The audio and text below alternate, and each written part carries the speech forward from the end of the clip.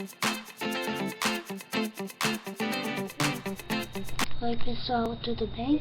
Hoje eu vou fazer para vocês um vídeo como se faz uma capa da Violeta. A minha capa da Violeta eu vou mostrar para vocês, que é do meu canal, é essa daqui. Eu fiz. Bom, para vocês mudarem a capa, para fazer a capa do YouTube, eu vou, calma aí, eu vou desfazer todas. Menu, nova foto, tem que ser 2560 por 1440. Aí a cor tem que ser branca. Você tem que usar PNG. Você clica na foto e vai estar cheio de quadradinhos. Vamos lá. Você escolhe uma textura. Vou escolher essa daqui. Deixa bem maior do que a capa.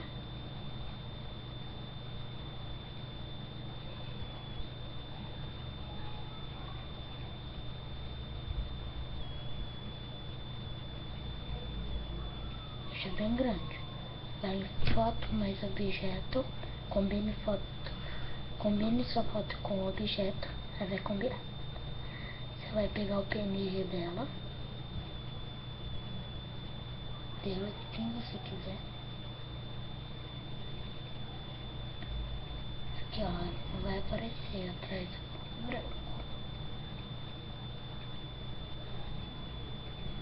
Vou colocar já o texto, que vai ser Violeta, aqui em cima. Minhas fotos.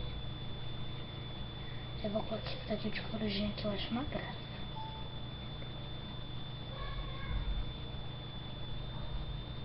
Você vai vendo que vai ficando tão bonitinho. Aí eu vou colocar esse dela com o Leão e o Tomás da primeira temporada. E pessoal, tá confirmado mesmo Violeta 3. Quando passa aquele negócio do Fast no Disney Channel, aparece a Violeta toda loira, que ela tá gravando o clipe de Angira, que é a nova música da Violeta. Bom pessoal, minha capa ficou assim. Não tá muito boa, coisa que agora esse vídeo é bem rápido.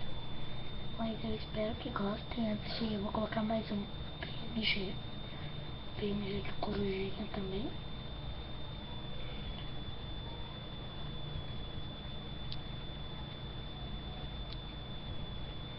Coloco aqui. Pronto, tá lindo pra mim. Então eu espero que tenham gostado.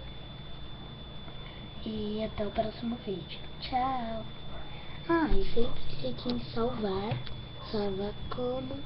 Sim, tem que deixar branco. E vai no seu negócio e salva. Salvei, ok? Então pessoal, esse foi o vídeo da minha capa. Espero que tenham gostado. Se inscrevam aqui no canal. E até o próximo vídeo.